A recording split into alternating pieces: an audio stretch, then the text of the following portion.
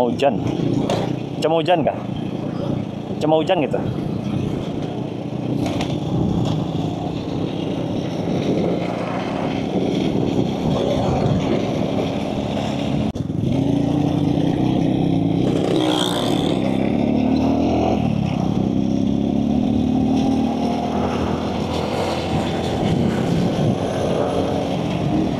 Si Rata sudah jalan sebelah.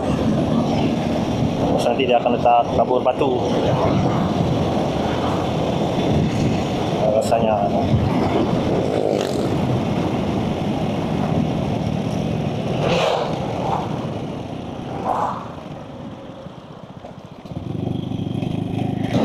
Assalamualaikum dan salam sejahtera. Hari ini kita akan tes DJI mic mini, connect terus pergi DJI Osmo Nano. Dan DJI mic mini ni saya dekatkan dia di visor berdekatan dengan saya punya wajah. Yang bagus dia DJI mic mini ni, kita boleh kontrol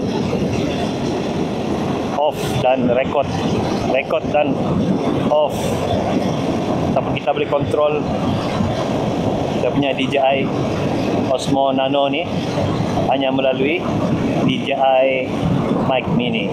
Dan kebetulan DJI mic mini ni saya dapat ada offer hari tu, ada offer 10.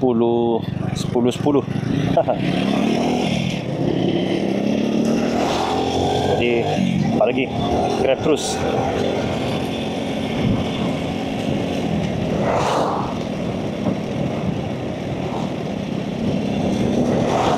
Ngam juga lah, ngam besok seperti mana yang saya beritahu dulu sebelum ni, besok saya akan ride pergi Sandakan. InsyaAllah akan menggunakan motor ni. Semoga perjalanan berjalan seperti yang dirancang dan lancar. Masih belum packing barang lagi. Packing barang belum.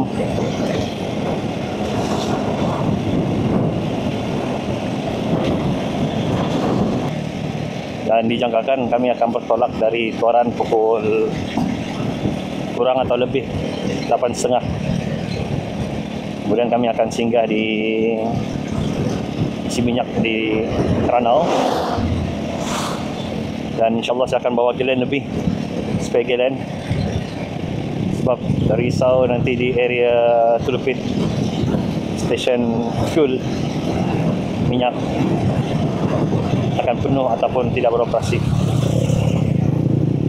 Itu di Tulupit nanti kami akan singgah makan tengah hari. InsyaAllah akan sampai di Tulupit untuk solat dan juga makan tengah hari. Dan dijangkakan akan sampai di Sandakan petang lah, mungkin sebelum jam 6 petang lah begitu.